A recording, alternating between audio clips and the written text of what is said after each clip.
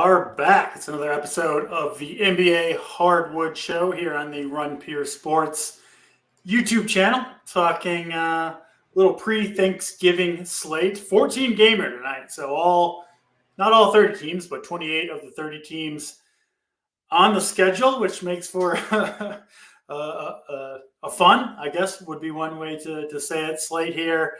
A lot to digest, of course. Any night in the association is going to be injury news all over the place, and that's certainly the case tonight. But yeah, you guys know the drill. Usual crew here today on a Wednesday afternoon. I'm Draft Cheat, joined today by Mangone and AP. I think I know how Mangone's doing. We met for lunch today with Boss T. Had some delicious pizza, but I haven't had a chance to check in with AP yet today. So AP, how you doing on this Wednesday afternoon? I'm sure it's a busy one with all the NBA action going on tonight.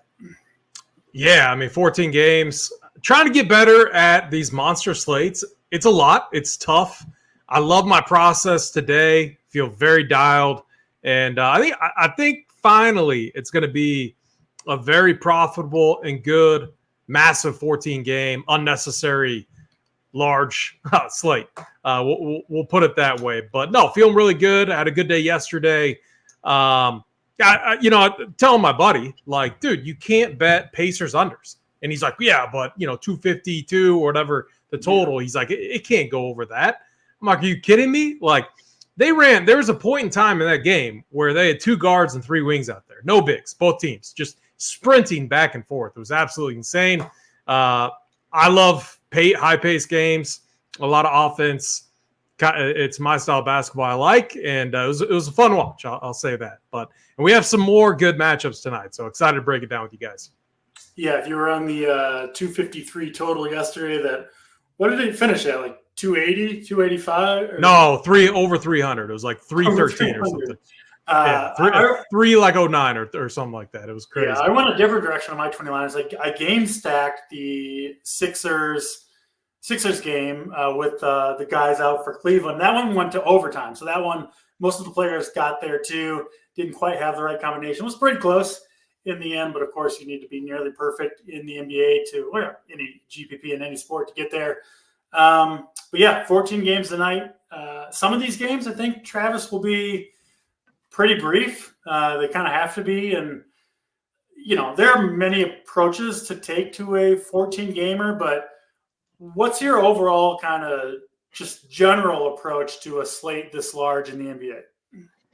Yeah, for one, it's probably like if we're talking fringe plays, like just get them out of there, right? Kick them out. We don't need to worry about them. And there's probably less like lineup construction takes from me where like I think people are doing this, I should do this, just because like things are going to change throughout the night. I'm going to be updating my like MME stuff the whole night. So it's like by the end of the night, I'm just going to be different than other people, right? I'm not too worried about my teams in that aspect. And also like I'm probably going to lower like, game stacks or like exposure to teams. Like I don't want to have any teams that are like 4-mans of people, right? Like it's hard for that to get there on a 14-game slate. So we'll talk about it as we go game by game. There's going to be a lot of really good plays, but there's also be some other plays that are just like way too fringe that you can't even like think of playing on these slates. And that's typically like the really shitty values, right? Like no one's going to say like Kevin Durant's a bad spend up option. You might argue there's better spends, but could Kevin Durant nuke and be the highest scorer of the night? Sure.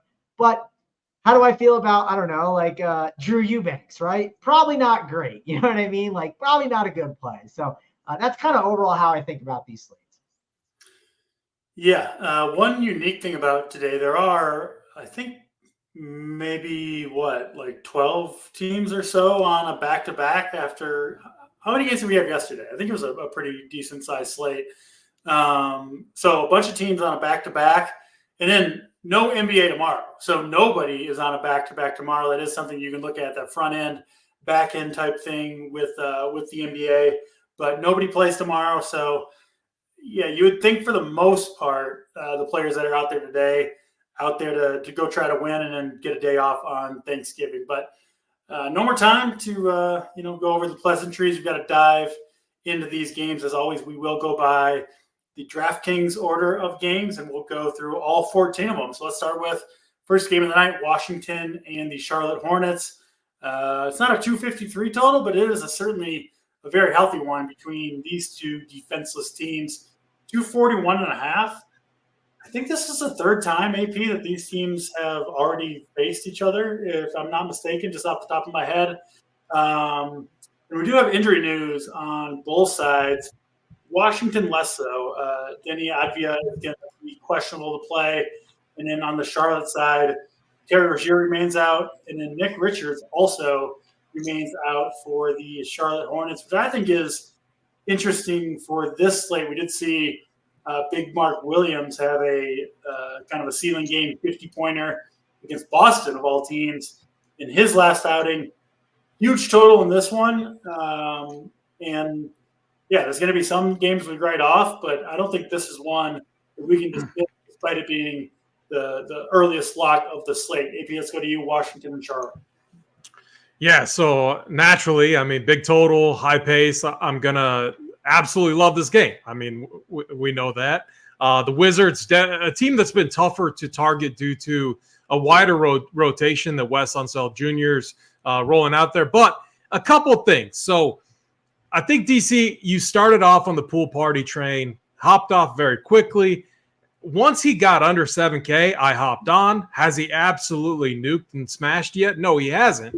But last game, he did not hurt me in a really nice matchup against the Bucks. He hasn't had a single game where you really wanted to have him. Hold on.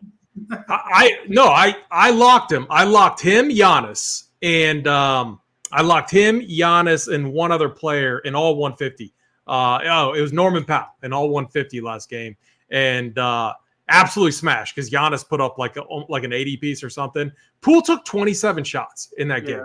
Denny Avdia most likely is going to be out in midday downgrade with an illness. I'm working under the assumption that he's going to be out. Obviously, that could change. And so we could see a tighter rotation here. I'm going right back to it. Pool party time. It's another nut matchup.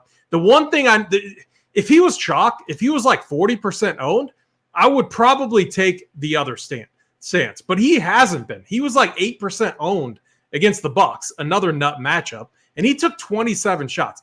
I don't care who it is. If the pace is good, if the matchup is good, and if the price is good, along with usage and opportunity, I'm going to make a stand. I'm going to die on that hill. And, if I got to bend over at the end of the night and just take it from Jordan Poole, I mean, that's what I got to do. I don't know what else to say. You're not going to have to wait till the end of the night. 7 minutes into the first quarter, you can go ahead and bet. He's going for he's going for over 40 tonight. So book it. He's going not 40 real point, maybe 40 real points. But anyways, moving off of Poole, this is an elite flowchart spot for Kyle Kuzma, 8.2K. I'm not showing a lot of ownership on Kyle Kuzma either. I think he could absolutely smash here. Like, I think he could put up like easily 50 plus DK points. So I obviously love this side. And then one other thing too, and I think this is really important on this slate. So Daniel Gafford in another nut flowchart spot, centers bigs against the Hornets. But then on the other side of this game, and here's why I think this point is really important. Joel Embiid is out. A lot of people are going to play Paul Reed at 5K in a tough matchup against Minnesota, one of the toughest matchups for opposing bigs against Rudy Gobert. I don't like it at all. I would rather make my stand in this early game and then in a later game, which we'll talk about. But this spot is just exactly the same spot that Derek Lively had with Luka.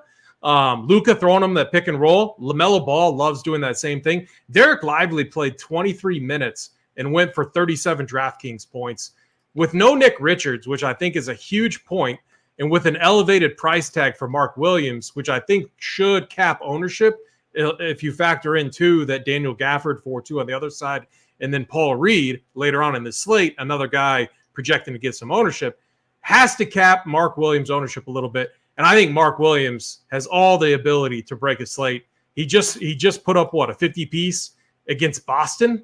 He could easily do that again tonight. So am I jamming this game in? You bet I'm jamming this game in. I'm going to have a lot of pieces. I built in a lot of rules. I'm not going to go into the rules. We spent a lot of time yesterday breaking down different rules, but I have a bunch of rules with this game to make sure that I'm strategically targeting. So obviously love this game. Wizards, Hornets, I'm on the over, and I think it smashes. Yeah, hard to argue with the game with this high of the total. I can't. And DC, my apologies for taking up so much time. I mean, we got so many games to break down. And even before we started the show, I'm like, guys, we got to be smart with how we do this. And I'm sitting here talking about Jordan Poole. So my apologies. My apologies, guys. Back to you, DC. Well, I mean, this show is technically scheduled for 1 hour every time we do it. And I think pretty much every time we go an hour and 15. We love talking hoops, breaking it all down. And, on a 14-gamer, I think we can pencil in up to the top of the hour, an hour and 3 minutes from now. I can't join you, AP, on the Jordan Poole party. I totally get it. I don't actually think he's a bad play. It's like kind of a bit at this point. He's got Brandon Miller on him. I get it. If he takes 27 shots, you're not playing him. Like if you knew yes, of course I would play him if I was guaranteed 27 shots. But I will join you though on the Mark Williams train. I love Mark Williams today. No Nick Richards is a big deal. Like those guys were essentially splitting minutes close to 50-50. You take him out of the equation, and their only other option is to go big with PJ Washington, which certainly could happen. But I think Mark Williams is like a good enough player where like he got I think a season high in minutes last game at 33. He even missed, if you look at the popcorn machine substitution patterns, he even missed out on, I think, 2 or 3 due to foul trouble in that one. Mangone, I think Mark Williams has a chance to smash this slate. And I mean, look what he's done against the Wizards so far. Only 26 minutes or 24 minutes per game in those 2 previous matchups, but 41 fantasy points per game over the 2 games. Those were both with Nick Richards in the lineup, who I think also did well when Mark Williams was off the court. So centers against Washington looks like a smash spot.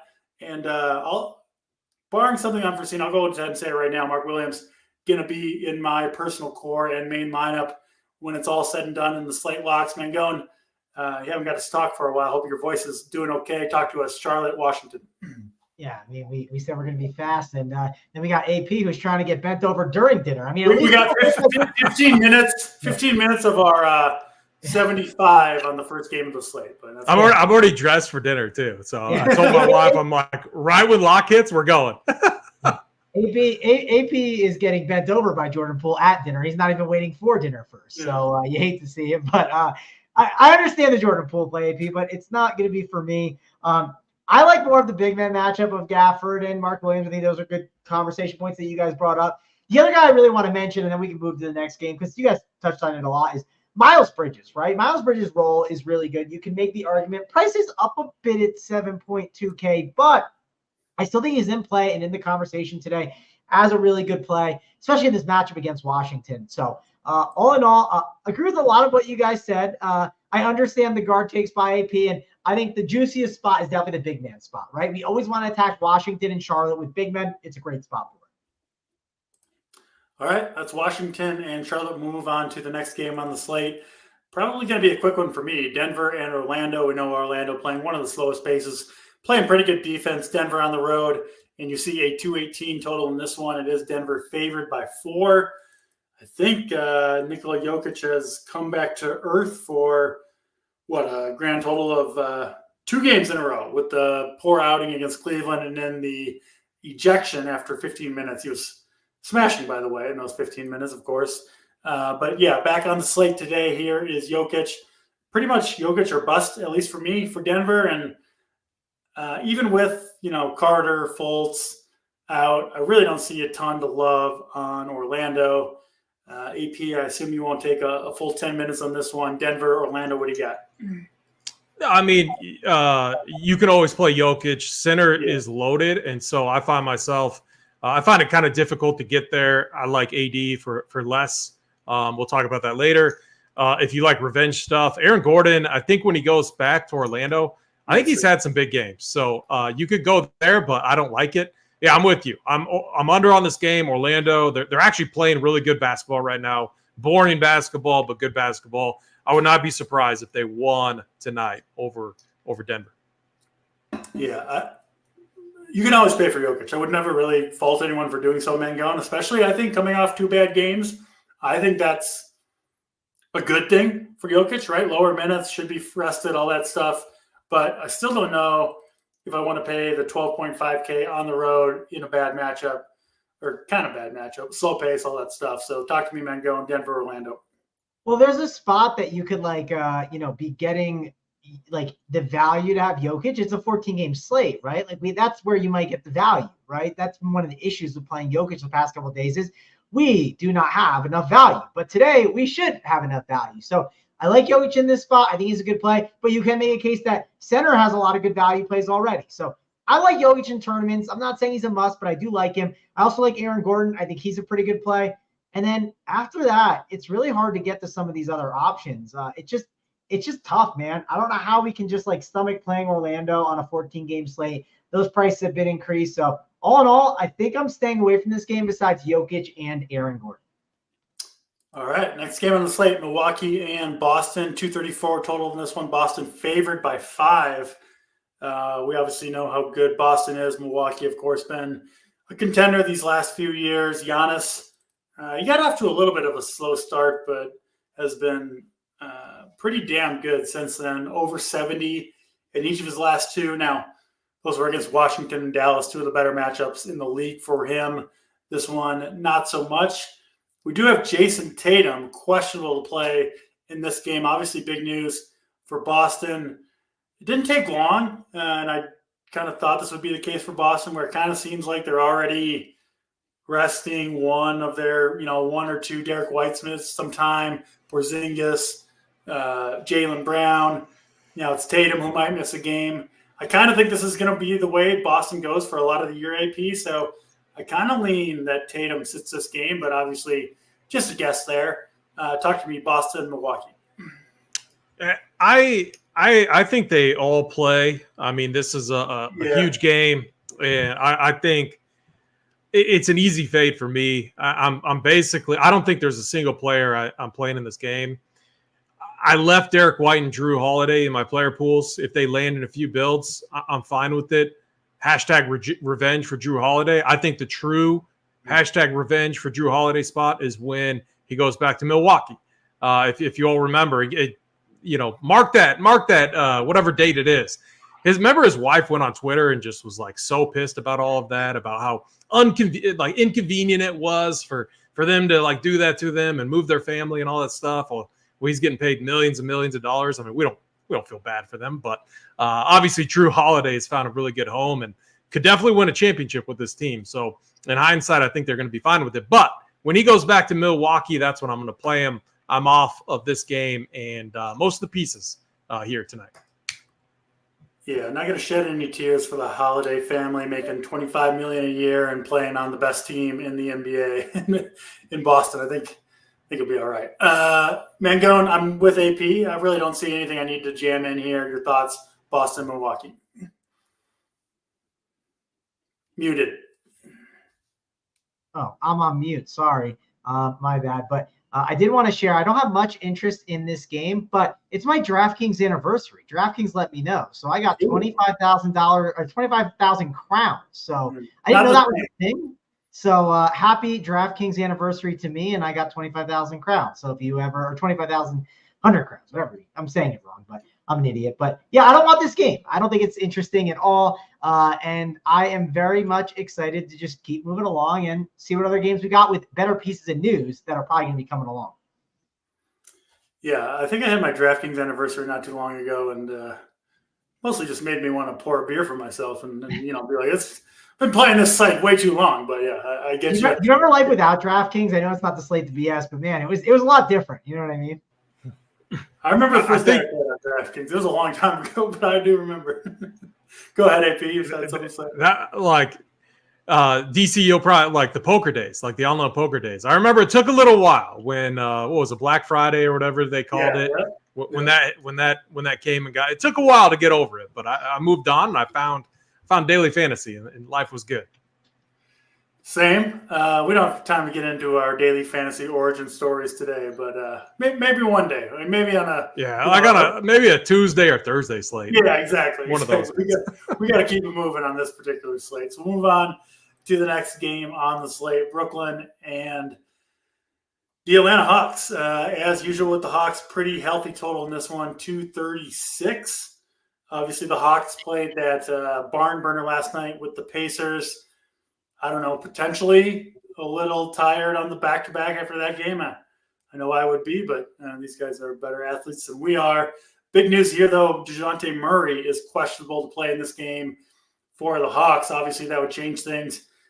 Could potentially be the Trae Young show. Would also open up minutes on the wing for several Atlanta Hawks. I'm not sure it would go to any one guy in particular. But AP talked to me, Atlanta, Brooklyn. Brooklyn, mostly healthy in this game. Cam Thomas going to miss another game, but he's been out a while now. Yeah, we should see somewhat of a tight rotation here from the Nets. And I think people are kind of overlooking this spot. And it could be due to, like, if you just look at box scores, they don't look that impressive, but they've had 3 tough matchups here in a row. Philly, Miami, Orlando. Before that, I think a good comparison was the game against the Wizards. And so I have a ton of interest in Cameron Johnson. I want to be ahead of the curve with this guy. This guy is an absolute bucket. Wings against this Hawks team is a great flowchart spot as well. And if you go back to that Wizards game, Cam Johnson, he took 16 shots, 34 minutes, underwhelmed, but the opportunity was there. And that's what I like to see. So I have a ton of interest in Cam Johnson. Bigs against Hawks, another good spot, but center's loaded. Nick Claxton, you could definitely play him, a fine tournament play. And then, on the other side, Trae, if DeJounte Murray's out, I think we got to bump up Trae, and Bogdanovich would be the other guy too. So those would be the 2 guys that I would be looking at. Not a ton of interest in Capella or Okongwu on this slate. Yeah, I think that all makes sense. Mangone, how much of a priority would Trae be for you if DeJounte does miss? To me, he strikes me as someone who could just pretty easily play big minutes on a back-to-back without too much, just the way he plays. I just don't think it would affect him all that much. But again, that's just me talking out of my ass. Trae Young, Atlanta Hawks, Brooklyn Nets, talk to us. Well, yeah, they don't really have actual point guards on that team. If you take Murray off, right, look at their bench guys. So Bogdanovich is a ball handler. I totally agree on that. But he's not a traditional point guard. And then you have Wesley Matthews as one of the guards. Wesley Matthews is not a guy that you put the ball in his hands and say, go get a bucket, right? He's I like to call him a traffic cone, a guy you just put in the corner and you say, stand there and just do your thing. Don't move. So Trae Young is going to be a guy that is going to be someone you want to get exposure to tonight if DeJounte Murray's out. It's just clear and obvious. He's definitely a play that we have to like. So I like Trae Young if DeJounte Murray's out. You can't argue with that. I think you could make a case for some of these centers. The problem is just center's just too loaded tonight where I don't see myself getting to Clint Capella and Okongwu splitting up minutes. It just doesn't sound that enticing to me. I definitely don't mind Bogdanovich. I know I mentioned him a little bit before, but his price is a little up. I'll at least call that out. He is 5.6K. So that's something to watch. I think he has the upside at the price. If he gets the start too, that's even better for him because his minutes don't get cut as much. So it's really just waiting on the Murray news. And from there, getting exposure to Bogdanovich, getting exposure to Trae. And, if you filled in like a DeAndre Hunter or one of those other guys, it's fine. But on a 14-game slate, those guys are not priorities. They're just, hey, if they happen to land on teams, that's fine. Yeah, I do think it would be Bogdanovich with the start if Murray misses. We've seen Trae Young miss, and it was Bogdan who got the start. I assume it would be the same in the inverse scenario. So that's Atlanta and Brooklyn. Next one we'll talk about the other team in last night's 300 total, the Indiana Pacers, who AP, it's better than me. I assume they're the top pace team in the league. It certainly seems like it. And just, to me, they're just kind of the game stack team, both for and against, of any team in the league. Just how fast they play. You can trust the rotation for the most part. Little defense, fast pace, and it just seems like those type of games in particular suit Tyrese Halliburton, who obviously had the monster last night. But yeah, this one, a little bit of a lower total, 241. Indiana favored by 3. Andrew Nemard and Aaron Nesmith are both questionable for Indiana. Looks like Toronto should mostly be a full go in this one. AP, back to you, Toronto and Indiana. Yeah, as far as pace goes on the season, it's the Pacers 1, Wizards 2, Hawks 3, Mavericks 4. So yeah, I mean, they're all playing tonight. So obviously, it's funny that you could have. I'm excited. You could have gotten pretty close to predicting exactly that prior to the season, right? Like it's played out as you would have expected. Yeah, and it's insane. I was making fun of my buddy who, like I said, took the under, and I'm like, you're an idiot. And now what? It's like 12-1. I mean, it's insane. I fired on. It was like 238 this morning. I'm like, have we not learned our lesson? It's just an auto bet right now. Like, yeah, is it gonna go under eventually? Yeah, it's gonna go under eventually. Could it tonight? Yeah, it could, because Toronto is one of those teams. They love their half court sets, so that is a concern. But as long as Halliburton is in, and so far it looks like Halliburton is in on this back to back, I have interest in the overs in this game. So can we play Tyrese Halliburton in this matchup against the Raptors at 10K? I actually am fading him tonight. Could he beat me? He could definitely beat me, but I would rather play LaMelo Ball. One of the reasons is OG Anunoby is one of the best on-ball defenders, and they're going to throw him on. You got to think they're going to throw him on Halliburton. Schroeder is also a pretty good defender as well. And so I think this is going to be a tougher spot for Mr. Halliburton.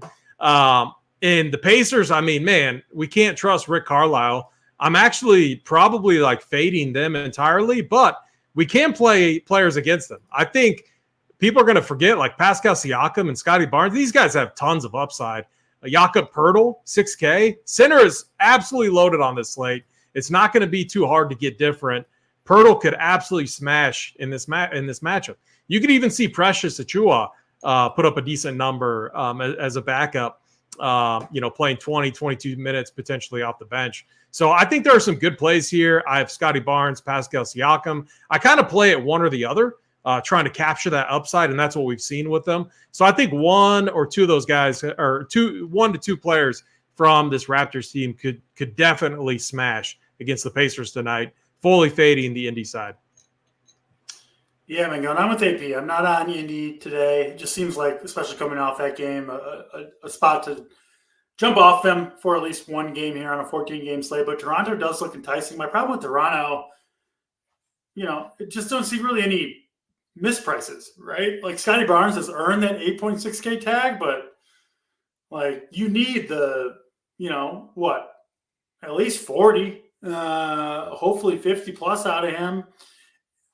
And as awesome as he's been, I do question, like, does he have the upside for like a true like slate breaking score at that price point? I'm not sure he has like 65 in him or something like that. Not that you need that, but I still do like to, at that price point, try to get players who I think could potentially just absolutely nuke.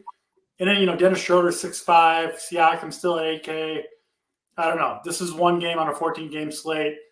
I definitely prefer the Toronto side, but nothing that really stands out to me. What about you, Mangone?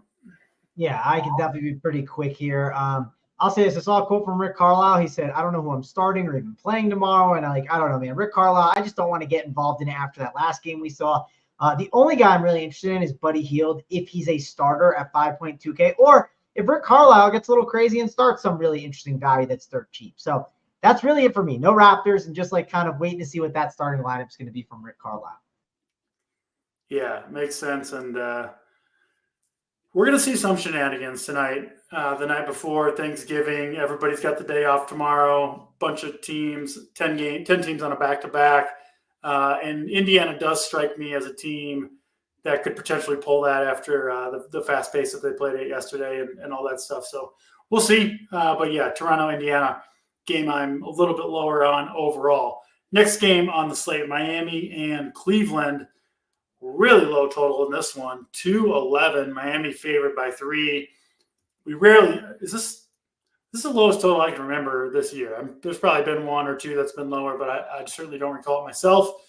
That said, we do have fairly significant injury news, at least on the Cleveland side. Donovan Mitchell and Isaac Okoro both going to miss another game. Ty Jerome also out, and Karis LeVert is questionable. He's missed the last 2 or 3 for Cleveland. Cleveland is coming off a big overtime win yesterday in Philadelphia, where most of their main players played big minutes, more than they usually do. Now against a tough Miami team, defensive game. EP, I don't think you can write off Cleveland if LeVert misses and Mitchell, Okoro, and LeVert are all out. Yesterday, my man Craig Porter Jr. really came through for me. I think he's a reasonably priced today. Again, 4.6K, so his price is up a little bit. He would be a guy that I'd be at least in consideration for me if LeVert is out. But overall, this game is not one that I want to be super invested in. Your thoughts here, Cleveland and Miami? Yeah, I kind of think LeVert plays. I'm torn. We just got to wait for the news. But either way, it's a massive slate. This game's going to be so boring. I'm actually full fading it. Craig Porter, awesome yesterday, but the price tag's up. So even if LeVert's out, in this matchup against the Heat, I don't have a ton of interest. And Max Strus, revenge. I don't know. You could go there, but there's just so many other good spots. I am fading this one. If it goes to OT and it beats me, I was under on yesterday, except for Craig Porter. I was under overall in that game, and I was pretty tilted that it went to OT, almost went to double OT, just because I would have been sitting good. And then the late night hammer game that I was over on, obviously it was a blowout, but I still actually had a decent night somehow. I have no idea how, but I'm not going to be playing Heat or Cavs players tonight. Yeah, Max Strus coming off of 44 minutes, running off screens, bigger role in the offense. I would imagine he's got some heavy legs today. And as a shooter, a guy depending on the 3-point shot, he's just not a guy I would want to back at 6.5K today, Mangone. But certainly the opportunity could be there for some of these Cleveland guys. You see anything in this game you like, Travis? Yeah, one thing I'll just call out, Jimmy Butler's price is cheap at 8K. I'll at least give him that. So I don't want to completely ignore it. We know what ceiling he can show. Feels gross to do it like the day before Thanksgiving, but I don't know. I can't ignore that. I also can't ignore centers against Cleveland has worked out, and Bam Adebayo, what he's doing, it's been phenomenal. 8.9K. The problem again that I'm just gonna say is everyone's gonna go to Gafford and Reed, right? That's the two common centers that people want to get to. You guys talked about Blake and Mark Williams too. Are people going to spend at center? No, they're not. So you're going to get Bam Adebayo virtually no ownership with what he's been doing. Just the question is, we evaluate other positions to be able to make that work. If we gain really good guard and forward value throughout the slate, well, then the ability to spend up at center could change a little bit. So want to at least call that out. Obviously, Cleveland, we're waiting on that news. That's really important. Garland at 7.9 is fine, especially if you have LeVert out. You can make a case for him at that price. And on this slate, when you have guys like Garland who have the ability to get 50 to 60 DK points if LeVert is out with that type of ceiling, there's a lot of value in that. So don't overlook it. But that's something, again, get in the Discord chat over here at Run Pure Sports. We'll be breaking all that down. We'll be talking about it as the slate breaks down, right? We might have a couple of drinks in us because it's the night before Thanksgiving, but we'll be in here talking about the slate and answering all your 2v2s and 3v3s. Yes, Mr. Jimmy Telesco, I do not agree on your assessment tonight. You're going to have to be more specific. There's 3 of us here. We don't know who you're talking about. We've also talked about 6 games already and about, 100 some players. So I do appreciate the politeness of your take, but yeah, be more specific, Jimmy, and maybe we can address that. Moving on from Miami and Cleveland to the Clippers and the San Antonio Spurs. Better total in this one, 231.5. Clippers favored by 8. Not much injury news in this one at all, which is kind of surprising for these two teams, but we should be pretty much full go on both the Spurs and the Clippers. AP, back to you. What do you got for Spurs and Clippers here? It was insane. It was insane that Daniel Theis went nuclear in this matchup last time off the bench, backing up Zubac. Can he do it again? I don't know. It's center only, so it's a very difficult play. I wouldn't do it, but This Clippers team, obviously better now with the adjustments that they made, having Terrence Mann, and it's more so Norman Powell got close to 30 minutes last game. So the Clippers are tough, though. I always set a rule. It's like one of James Harden, Paul George, Kawhi Leonard. And I don't mind playing one of those guys with Norman Powell. The other interesting thing is Russell Westbrook. The price tag is now somewhat intriguing. We love point guards against this Spurs team. And, Russ got, 25 minutes last game. So it's a very risky play. But I don't know. There are stranger things that have happened. Keep in mind, he comes off the bench. His role is diminished. I think where he benefits is if the Clippers are taking care of business and comfortably ahead to where Ty Lue could give Russ a little bit more run, as kind of a thank you to, saying that he'll come off the bench, which is obviously helping this Clippers team. So I think it's an interesting spot in tournaments. I don't have as much interest in the Spurs side. If you want to play Wembanyama, you can always play Wembanyama. 8.1 is a fair price tag. Yeah, sorry, I'm just laughing at the chat. I mean, like, people, come on, like, it's a free show. It's the season to be to be thankful and grateful for things. Doing this for free. I mean, I missed the comment, but it must have been egregious if we banned him. Well, I tried to address Jimmy Telesco in a gentlemanly way and said we just need more specifics, and he came at me. And then I was emboldened by Mangone banning someone from the chat. So I joined him and banned Jimmy. My favorite person I banned, DC, is like I can't see them on my actual YouTube account because I blocked them. So I saw it on the RPS one, and I was just like, oh, it's someone that I've already had an interaction with that's kind of a piece of shit. So, same old same. Yeah, we can definitely take it on the show, but, some of it's just pointless. Like, it's just awful. But anyways, I mean, again, 14 game slate. If you guys could, if you do like us, unlike some people, hit the like. We would appreciate it over here at Run Pure Sports. Yeah, we do appreciate it. And as long as you hit the like button, send all the insults you want. That's fine. We'll make the trade-off. Mangone, outside of banning people, Clippers, Spurs, your thoughts there? Yeah. Ooh, I mean, can you ban me from playing this game? That might be a good idea, right? It's just, I mean, could you make a case that Wembanyama is like and I probably butchered his name just now. I'll butcher it for a couple more months, but Wemby's 8.1K, right? Like, he has the 60-point ceiling, like I talked about with someone like Garland, right? Like, Garland has the ability to get 50 or 60 if LeVert is out. Wemby certainly can get 60, and that's just something that you can unlock, a slate breaker at that price. So I don't mind it. I think it's worth considering. And then on the Clipper side, I'm just full stay away from the Clippers at this moment. Yeah, makes sense. I do agree with you, AP. The 5.9K price tag for Russell Westbrook in this matchup does make some sense if you want to roll the dice there. I assume he'll have little to no ownership. And then, Wembanyama, I mean, I called it at the beginning of the season. This guy's going to be the most volatile scorer in the NBA.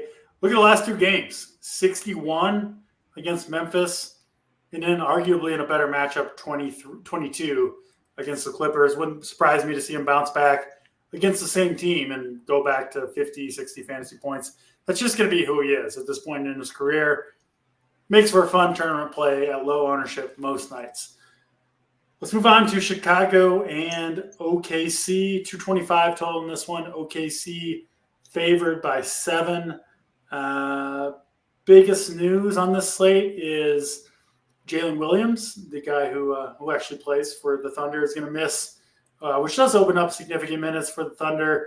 OKC, I think, is the worst rebounding team in the league, or very close to it. Makes things interesting, I think, for Vucevic, who's probably my favorite play in this game. Still kind of hard to get excited about him. And then Chicago, at least until they start making some trades, not going to be, sitting guys, not going to be a team that are targeted a ton. Looks like all their guys should be healthy for this one, AP. OKC and Chicago, what do you see? Yeah, so with Jalen Williams, kind of their second ball handler, you got to think that Josh Giddey is kind of the second man there. So $7K, tough price tag to pay for him, especially when Shea has just been incredible.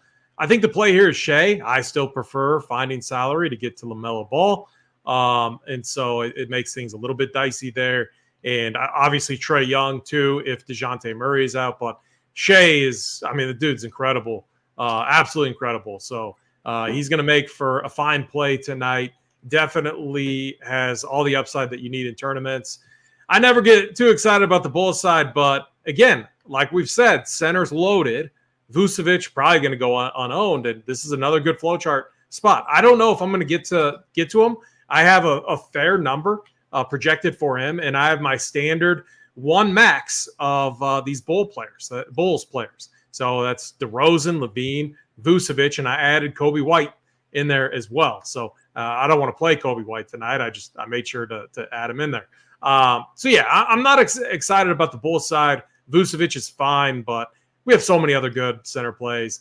And Chet, I mean, you can always play Chet, throw him in the Wemby category. I wish he was power forward eligible. He's not. So on a slate that's loaded at the center position, I struggle to get there. The other caution that I have is with OKC, their rotation can be an absolute disaster at times. So it's a 14-game slate. You can just like X this game out if you want and move on. I'm perfectly fine with that as well. Yeah, it makes sense. Someone mentioned Drummond, 30 fantasy points in 7 minutes. It is the matchup for Drummond against this weak rebounding OKC team, and he is just 4K. So center's loaded. I mean, our guy Tommy Smith must be new here because these flowchart plays have been like smashing each and every night. Like literally, you go back and look at yesterday's, just absolute, fire. So. Tommy, go find a different show, man. Go find a different show. Yeah, baby. Get on the band train. We're on the band train on the Wednesday show. No, All right, Tommy. AP's too nice. You're getting a second chance at life. But if you come at me or Mangone, it might not be so kind. Sacramento and the New Orleans Pelicans are up next. I don't see the total on this game. Oh, there it is. Sacramento favored by 1.5, 236 total. News and notes. The biggest piece is Keegan Murray, doubtful to play for the Sacramento Kings. CJ McCollum going to be out a few more games. He's obviously been out a while. Prices have adjusted for him. So, yeah, mostly the Keegan Murray news is what we need to adjust for, AP. But that's significant news for the Kings. That certainly does change things a little bit for their rotation. Talk to us. Kings and Pelicans. Yeah. Later, Tommy. Tommy Smith. You're not fooling everyone here. Okay. You know what I mean? Like that's not a real name. That's a fake name that you made up. You're on your burner. Congrats, Tommy Smith. I got burners too. Who did we piss off? I don't know. Who did we piss off? Yeah, it's one person just getting on all their burners. Tom Smith is your burner. I got burners. One of them's named John Black. It was one I made when I was a kid when I needed to play video games when I was like 12 years old and couldn't play stuff because I wasn't 18. It's one of your burners, dude. So later, Tom Smith, whatever your name is. But anyways, what game are we even on, DC? Because the chat is just being awful. Pelicans and Kings. Yes, that's what it was. Pelicans, Kings. You definitely can't argue with De'Aaron Fox. He's back. I got it. How does someone have that many burners accounts? I don't have a burner. Like, do I need a burner? Is that something I should? Am I that big of a boomer? Like, oh gosh. I mean, it's this dude fires for sure. He's got no life for sure. But do you actually know who he is? I don't know. Or have an idea? This guy's just, I don't know. He's relentless. He's not, I don't know. He's an idiot, but let's keep going along. De'Aaron Fox is 9.4, but I'll admit I'm a sucker for De'Aaron Fox's upside. His upside is just absolutely insane. The rim protection is Valanciunas. I'm not scared of that rim protection, right? I think Fox is a really good tournament play. He's someone when I go through for my MME stuff, I'm going to go through there and I'm going to bump De'Aaron Fox a little bit. And hopefully I get some exposure to him based on it. We'll have to see. I think Sabonis is fine. I think on this slate, though, the problem with it is could you make an argument that Sabonis has upside? Yes, but the center position is too valuable. And if I'm going to spend at my center position, it's probably for Jokic. So think I'm out on him. And honestly, the Pelicans, yes, they have some, they have some interesting, opportunities here against a Kings team that plays not a lot of defense, plays at a fast pace. But the prices are up on these guys. Like, do I want to spend 5.5K on Dyson Daniels on this slate? 6.3 for Herb Jones, 7K for Valanciunas. Zion, I said I don't want to play at 8.4, and I'm continuing to not play on DraftKings. And I'll admit, I haven't played him yet, and he hasn't killed me. Sure, he's gotten to value, but he hasn't killed me yet. And then Brandon Ingram, he hasn't really crushed unless one of those guys has been out. So I think this is a really, really good fade here in this spot. So I'm kind of out on this game. Yeah, that makes sense. The guy I was looking at was Zion. Truth of the matter, though, is like it's hard to really, really smash if you don't shoot any 3-pointers. Like, I don't know. Like, hey, unless you're Nikola Jokic or whatever, where you're getting 20 rebounds a game, like it just lowers your upside a little bit, I think, to some degree. So I think Zion's a decent play at 8.4K. AP, we talked to you about this game already, right? No, I don't think we did. Yeah, so the one thing is the Pelicans have been playing pretty good defense. Herb Jones, I would love, Fox can smash in any matchup, but if he gets going, you got to think that they throw Herb Jones at him. I believe he's the one that just absolutely pressed Luka not long ago and shut Luka down. Played 30 minutes. He'll be on Fox. Jones. Yeah, he picked Luka up before half court, every single possession, just kept constant pressure on him. Herb Jones already was one of the best defenders, definitely one of the top guys out there. So defensively, this Pelicans team, and then you got Joe Val, you got a lot of size too, and you want when you play Fox, you want matchups where he can get to the rim. I think that's going to be tough tonight. So I'm under on the Kings side, and if a few Pelicans land in my lineup, I'm fine with it, but they're all priced appropriately. I will say centers against the Kings is a great spot as well. Joe Val put up 46 in 21 minutes last time in this matchup. So, that's impressive numbers. I don't typically like playing him alongside Zion, though. Yeah, that makes sense. Kings and Pelicans there. Let's move over. DC, real quick, can I go to a chatter? One that's actually contributing and doing a great job, right? Let's go to Quinn, and I'll answer his question for him. He said, when you're bumping up a player, how many points up or down do you go? Obviously, it's relative to price, but for example, as Fox, how much would you bump him? So I like to do initial bumps to start where they're only 1 or 2 points, and then see make a run on SaberSim and then see how they adjust. And then from there, if I'm getting a lot of Fox after that bump, that shows there's a lot of fragility in the projection. So I like to see if I bump it up 1 or 2 points, I like to see what the fragility in the projections is going to be. And let's say I bump Fox up 3 points and LaMelo Ball is still popping obviously over him. There's sometimes a reason for that, right? And I try to look into it a little bit more. So I never want to bump someone 10 points, though. I just think that's absolutely absurd to go 10 fantasy points. That's just way too high. So I would say once you hit the mark of 4 or 5, I've already done it too much in my opinion. And if I'm not getting them, there's a reason for that. And on the flip side, sometimes you might put it up 4 or 5 and that's just too much. I feel I really upped Justin Fields' projection this weekend too much. And on FanDuel, I had they had 60% and he was fine, but it also forced me to have a lot of DJ Moore and Cole Kmet. And I had probably too much Cole Kmet. And I know I'm going on a whole rant on it, but it's one of those things you have to learn while you're kind of using the optimizer.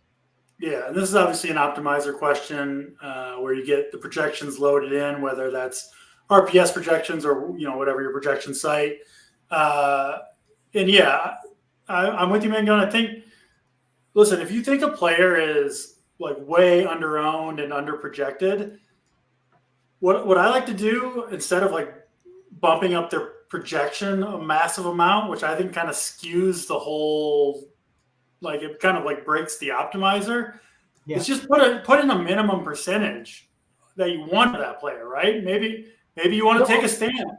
The only downside to that is with the min is when you put the min up there, a lot of the times the optimizer shoots it on the best team because you force it to be a min. So it's not organically shot throughout your lineups. The big mistake that I made with the Bears was I upped the projection of DJ Moore, Justin Fields, and Cole Kmet too high, where it just got me all of them way too much, where that's more of a correlation sport. So that really matters a ton there. So I don't love the min. I will say some sports I will occasionally do a min, especially if I'm in a real time crunch. what I might do, not necessarily with a min on a player, I might do a min on like a team. Like if let's say I really want to at least have at least some Packer stacks, right? On like tomorrow's slate, I might set a min of 5 on there. So, and Benair, I know it's difficult for you because you're a Giants fan and big words are really tough for you guys, but I don't know what to tell you. I like to use those big words to make myself sound intelligent, so guys like Jimmy don't come after me on the YouTube channel. Yeah, Benair, loyal member of chat and Discord, and he can get away with a lot when it comes to the insults in the YouTube channel. That's for sure. We like Benair. Benair, my Packers are coming for you in December, by the way, buddy. So I'm ready to talk some shit in a couple weeks. We'll have to jump on an optimizer show, a Saber Sim show, me and Mangone, and discuss that because I do think it's an interesting point, but can't go too far into it on this particular slate. We got to move on. Still got 5 more games to talk about. Please hit the like, subscribe if you're watching this show. We do appreciate it. Next game on the slate, Philadelphia and Minnesota. I think this could be one of the bigger edges on the slate, AP, due to a fade, not a play. I think people are going to go to Philadelphia here. We've got no Joel Embiid, obviously. Paul Reed going to get the start. Looks like DraftKings new. Jacked this price point from 3.5K to 5K, despite scoring fewer than 10 fantasy points yesterday. So I don't know. They had the the intel on Joel Embiid missing this game, it seems, in Minnesota. But we've talked about it a lot on the show. Minnesota playing some of the best defense in the league. They did lose McDaniels, one of the best on-ball defenders, so I think that's a little bit of a help to Maxey. But Philadelphia, they just played that overtime game. We saw 47 minutes from Maxey in that one, big minutes from Embiid, Harris, all their starters really. And Minnesota rested, did not play yesterday. I think Minnesota puts the clamps on Philly today, personally, and I hope people go to Paul Reed. I love Maxey.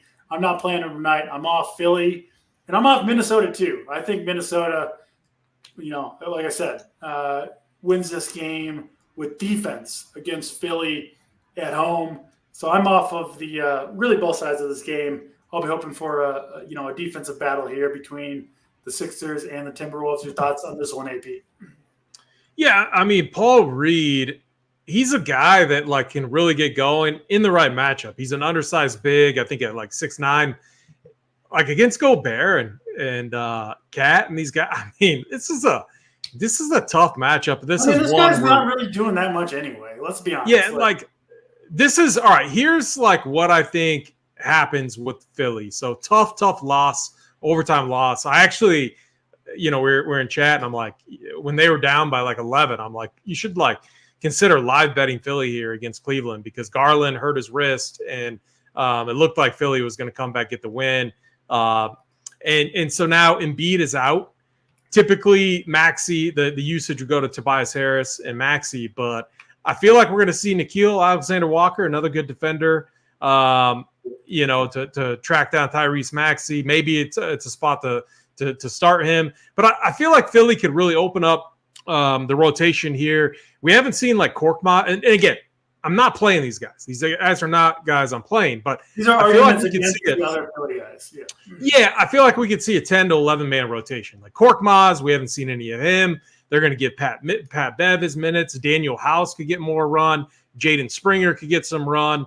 Definitely stay away from the veterans Nicholas Batum and Robert Covington. I would not play those guys, assuming this game gets out of hand. So I'm with you. I'm under on this spot. I feel like Philly could open up the rotation, give Korkmaz some and Daniel House some run, and then maybe even Mo Bamba sees the court as well. So I think it's just a tough spot. On the other side, here's how I think you play it. I think you look at guys like Naz Reid. Naz Reid, a guy that absolutely can smash in limited time. You got to love his rotation right now. A solid 18 minutes. I know it's only 18 minutes, but 18 minutes in the right matchup. Keep in mind, Joel Embiid, a center that we do not like to attack, he's gone. He's not in this game. Their center now that's going to be in there is either Mo Bamba or Paul Reed. Likely going to be Paul Reed, 6'9". I think Naz Reid could absolutely smash here. He's 3.9K. You can play him at the power forward spot or forward. or center. But obviously center's loaded, so we don't want to take up that spot.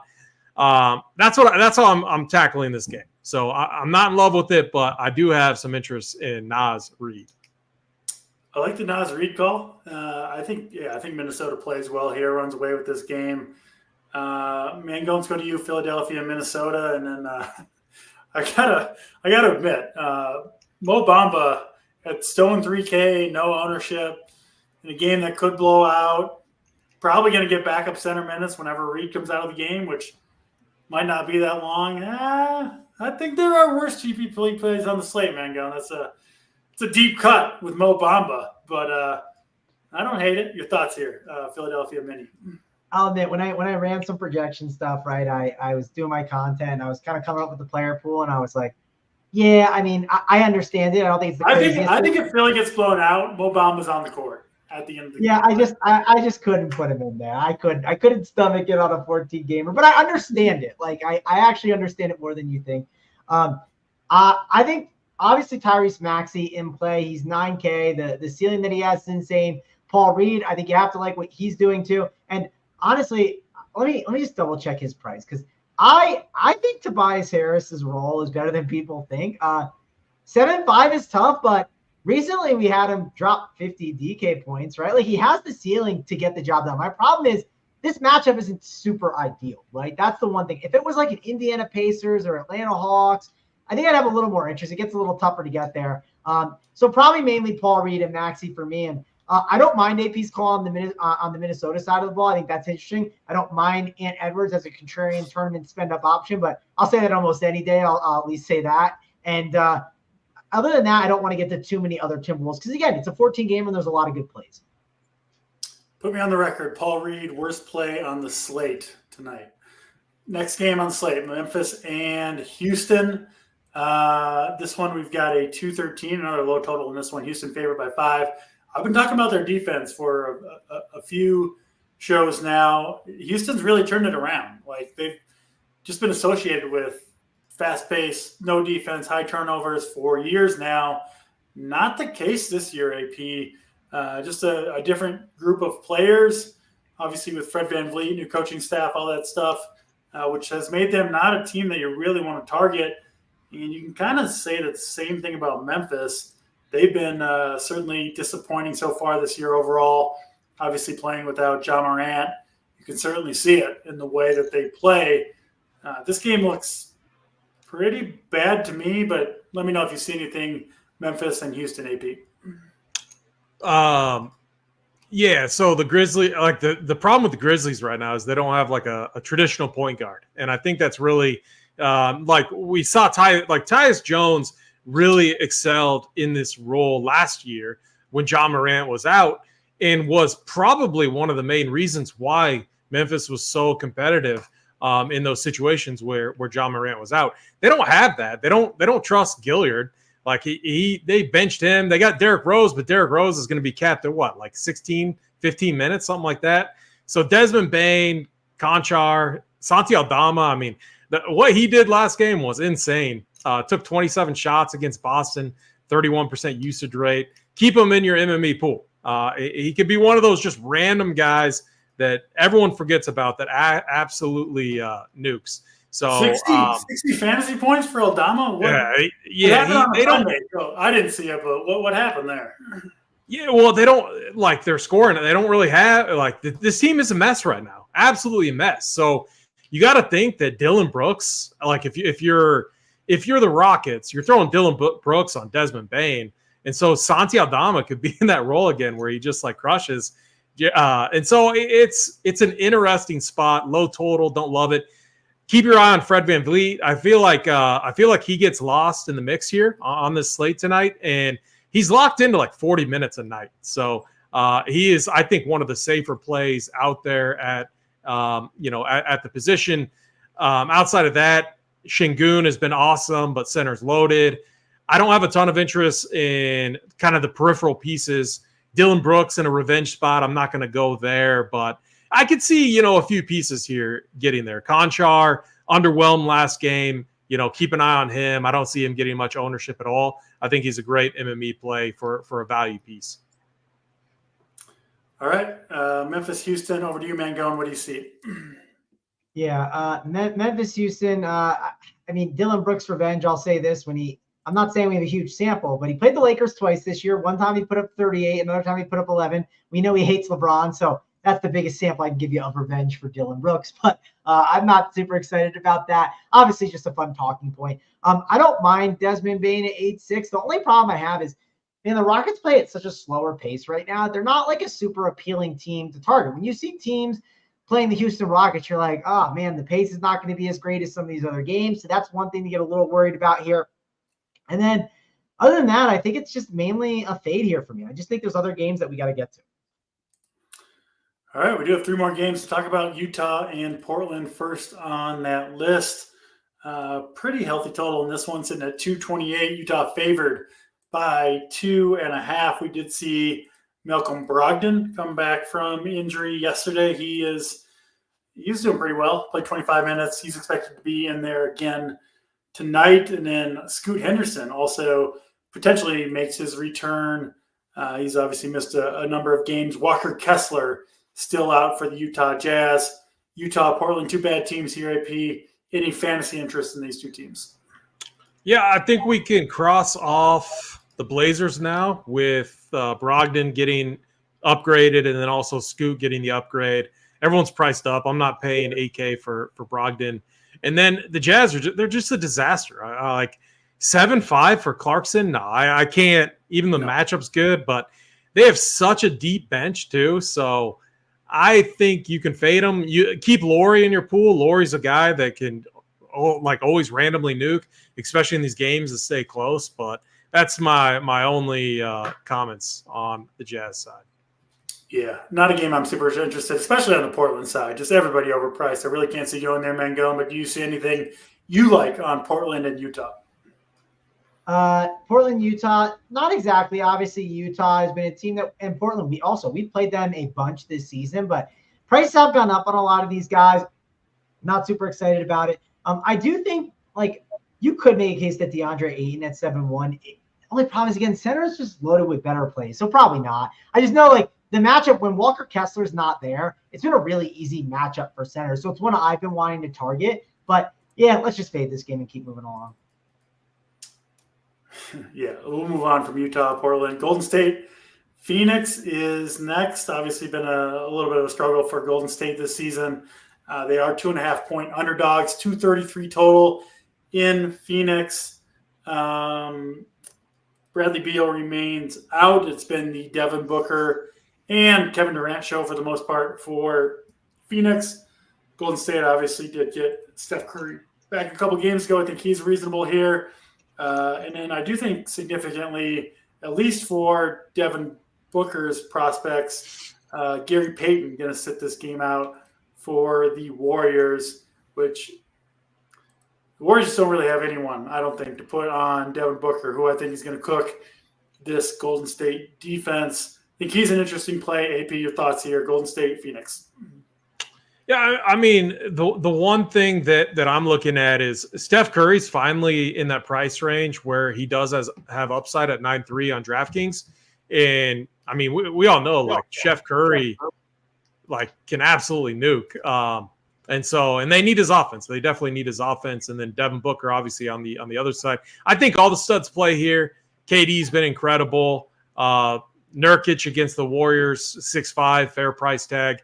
Nurkic was awesome last night against his former team, 44 DK points. I think they left him out there. He got into foul trouble the first half. They left him out there a little bit longer in the second, even though they had that game pretty much secured.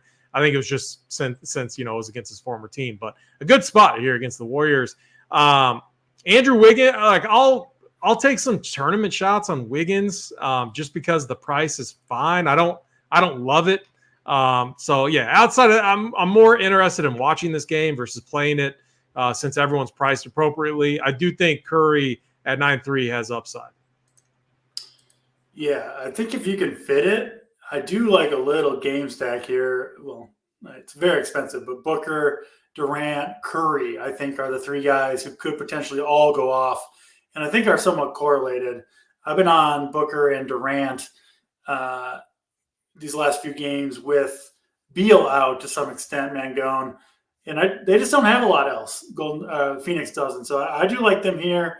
And this is not the same Golden State defense. Missing Draymond Green, missing Gary Payton. Yeah, I think Phoenix can get the job done here, and I think they'll want to against one of their rivals, obviously, in Golden State. So I like the Phoenix side better, and then I'm with AP. I think Steph Curry, the most interesting play on Golden State. Your thoughts, Travis? Yeah, I mean, you could just make the case like Curry at 9-3. It's like too cheap for Curry, right? Like the upside that he has, right? The ceiling is just insane. I won't like Big T said on the Up to Lock show. You watch the Up to Lock show. Don't take KD out of your pool, right? Just run stuff and see how much exposure you get. Yeah, he won $7,000 last night, and we were at lunch, right? DC said I didn't like Jared Allen, but I kept him in the pool and just kind of like let it go, and it worked out pretty well for him. So I think that's how I'd handle these studs here. And then like the values, like I just don't see a lot of value on these guys. Like maybe Eric Gordon you could make a case for, but like on a 14 gamer, do I want to play Eric Gordon? No, I don't. Andrew Wiggins at 5-3, I think he has upside at the price. But again, like these are all really thin plays on a 14-game slate that if I got 2%, sure, I wouldn't hit the X button on, but I'm not really that excited about it. Yeah, makes sense there with Phoenix Golden State. Nothing you need to play, I think, but Booker, Durant, they're gonna have to carry that team, and I think they're gonna have good games, if not great games tonight. Last game on the slate, last chance to hit the like button if you haven't done so yet. We really do appreciate it. Helps us bring you these shows free of charge each and every day. We go to the last game on the slate, though. I think a pretty good one here. 241 total between the Dallas Mavericks and the LA Lakers. Dallas favored by 2.5 going on the road. A little bit surprised, to be honest, that Dallas is favored in this game. Not sure if any of you guys have anything to read into that. LeBron James questionable. I assume he's going to play. He's been questionable with this injury all season. Didn't have a huge game fantasy-wise yesterday, but put up 40 fantasy points in just 24 minutes as the Lakers blew out the Jazz. Both him and Anthony Davis absolutely smashed AP on a per-minute basis. Didn't have to play much in the second half, and I would think would be ready to, get going to Thanksgiving with a strong game. So LeBron, Anthony Davis both look like interesting plays. Obviously, you've got Luka and Kyrie as the main guys coming back on the Dallas side. Your thoughts here, AP? I mean, I'm watching the game last night, and Lakers look phenomenal. They look really good. AD looks energized, looks incredible. I mean, you got LeBron in year 21. I don't know if you saw my tweet, like taking logo jumpers without hesitation and just absolutely splashing them. Like I've never seen anything like it. It's insane. Look, like Anthony Davis, I had a team that was tracking down Big T in that build that he had. I had two players on the Jazz the Jazz side with Anthony Davis. It was Sexton and Horton Tucker and AD left. And I was charging up the leaderboards, and then we got no more run from AD. After 29 minutes, he did not see the fourth at all, and he was smashing almost 2 fantasy points per minute. And this matchup is against the Mavericks. It's one of the best that we're going to see, and I'm just telling you, find a way to get exposure to this game. Austin Reeves is going to be good chalk, eat it, but find a way to get Anthony Davis in your lineup. He could absolutely break the slate. Luka, so like why I'm not going to Jokic, even though Jokic is a fine play, but center's loaded and opportunity cost is a thing. And with that position being so loaded, I think there's more value in playing like a guy like Luka if you can make it work, or LaMelo Ball. Obviously, I'm very high on, but get exposure to this game. It's going to be, I think it's going to be great for fantasy, and I think it's going to go overlooked since it's on an island tonight at 10:30. I think you're going to want pieces from it. So Austin Reeves, great play. D'Lo, I think is fine. LeBron James, Anthony Davis, of course, they're fine. I think they're going to play. I think we're going to see a tight Lakers rotation, and I think they want to. I think they want to win this game. I mean, it's LeBron James against Kyrie Irving, Luka. I mean, all the stars are going to play tonight, and it's going to be a fun one to close out this slate tonight. Yeah, humble brag had lunch. Oh yeah. Jay, showdown takes. So I already ran my stuff with the assumption that all the stars would play. I'm limiting to 3 captains. It's Luka, LeBron, and AD. Basically a third. You can make it work very easily. Keep it. So Cam Reddish is out tonight. We saw Max Christie. He got the blowout run. It's not a main slate play at all. It's a showdown play. Max Christie is like 1,000 in showdown formats. Easily allows you to make the Luka, LeBron, AD captain builds work. So that's how I ran it. I ran 50 builds and showdown right now. A great edge. If 14 games is too much, it's overwhelming. Focus on showdown. I think there's a nice edge. I think a lot of people out there play it incorrectly. Yeah, absolutely. A humble brag having lunch with Big T. Mangone and I both were honored to be joined by Boss T's presence. And listen, we got a promo code running right now. Giblets 44 for 44% off. One of the better deals we run all year long here at RPS. And I was surprised to learn it works at a random pizza place here in Colorado too. Big T called over the owner. He said Giblets 44 in the owner's ear, and we got 44% off our pizza. So you never know what the code will work for other than RPS discounts. Bad joke. We'll move on. Mangone, Dallas, Lakers. What do you got here? No, I liked it. I thought it was good. And I was actually jokingly looking. So I was like, yeah, I might do some. It's hard to make AP laugh. You know, he's a tough customer down there. Well, I'm looking ahead. I'm thinking about the play of the day. So my bad. I wasn't even listening to you. It was a good jump, though. It was a good jump. I was looking at the slates, the night slate and the showdown slate just to see. People want to gamble tonight, man. There's already 5. Hell yeah, we do. What else is there to do? AP, there's already 5,800 people of 7,800 in the night slate. And the showdown, there's already almost 5,000 out of 7,800. So it's already filling up those night slates. So, yeah, I thought that was pretty good. Like last night we ran so bad. Like I said, like Jay, it was, it was like you're winning 12K and then you're winning 8K. And so, yeah, but what's so funny? Am I missing? Put Beaner in timeout. Beaner said that he was sarcastically saying DC's jokes sucked. He made 4 comments in a row. He went too far. Did you ban him or did you put him in timeout? No, just timeout.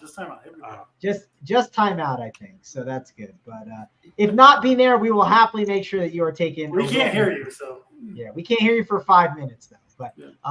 But anyways, this is not a game that I'm that excited about. It's just like. I think on FanDuel you can make a case for Kyrie. I mean, it is a good matchup for him. I assume LeBron plays just because he only played 24 minutes last night. He's always questionable, and I'm sure he'll go out there and play. So, all in all, not a game I'm super excited about. It's mainly if you can get exposure to the studs as contrarian plays, sure, but this is not a game where there's any value that you're excited about. Yeah, I think that makes sense with the Lakers and the Mavericks. Let's get to plays of the day on this pre-Thanksgiving night. We'll go to you first, AP, your play of the day tonight. Yeah, so I just got it confirmed. One more reason why we can have a pool party tonight. Bobby Hare made me aware. He sent me a link to a tweet, a troll, a guy that continues to troll the tweet that he does with the early core plays. And he was laughing at the Jordan Poole play. He basically said, you can start planning for the night slate tonight if you're going to play Jordan Poole. Bobby just owns this Noah guy. This Noah guy has been so wrong time and time again. Jared Allen last night, great play from our guy Bobby Hare, but it confirmed it for me. Jordan Poole going for a 40-piece tonight. It's my play of the day. All right, Mangone, pick any other player on the entire slate, and you can best AP on the Jordan Poole play of the day. So, bar is low. The floor is yours, my friend. I'm on mute, but also that Noah clown, I actually think he's the troll. The more I thought about it, because he was kind of firing at me a bit, I went at him a little bit on Twitter today. I said he's the second most miserable person on Twitter. I'll let you decide who you think the first person is. But I got a good guess. You got a good guess, DC. But let's keep moving along, though. Play of the day. I hope I'm not stealing yours, DC, because the more I've thought about it, I think he's a really good play. Is it in the same game as APs? Let's at least go with that. It is. But go ahead. You go first. No, you go first. No. I got a good one. That actually might be worse than AP. So you go ahead with it. Okay, it's good for the show then. The more I've thought about it, like I've said it all throughout the show, like everyone is playing the same centers, right? They're all playing Gafford. They're all playing Paul Reed. Right? It's just like those are two centers that people want to get exposure to. I understand why. I think Mark Williams is a really great play. I talked about at the top of the show, like I just want to target the centers. I know AP wants to target the guards. He wants to target both, but I want to target the centers more, so I'm going to go with Mark Williams as the play of the day. All right, we got big Mark Williams. We got little Jordan Poole. We're going to go back to another big guy. He's been the talk of some scrutiny in the chat. Mr. Mo Bamba, flat 3K today, coming off the bench, leverage off the chalk. Mr. Paul Reed, I think the Sixers get blown out. All the better for Mr. Mo Bamba, who's going to be cleaning up in the fourth quarter in garbage time, putting up a 30-burger for 3K for the Sixers. And hopefully it's one of those plays where I'll be sweating just to make sure he gets on the court. But I think he'll be out there. And Mo Bamba, the DC, truly a mom's basement play of the day today. That'll do it. That's all 14 games. Of course, we've got Up to Lock coming up next. Definitely needed for members. Head on over. You guys know the drill. To get that, we'll be back same time, same place on Friday. We do have Mangone, I believe, is it a free show tomorrow for Thanksgiving? Yep, free show will be on. I don't know what time it is. Early in the morning, right? In the morning, not an Up the Lock, sometime before. So when we were at lunch, another flex with Big T. When we were at lunch, I was messing up the time, so I don't want to mess it up again. But just find us in the morning. We'll be doing a free show talking NFL. It'll be a good time. All right. Well, I had the over on you mentioning lunch with Big T 4.5 times. So thank you for cashing me on that bet. Thank you for everyone watching. We really do appreciate it. Good luck to everybody in your lineups tonight. We'll see you on Friday. Enjoy your Thanksgiving. For Mangone, for AP, I am Draft Cheat, and we are out of here.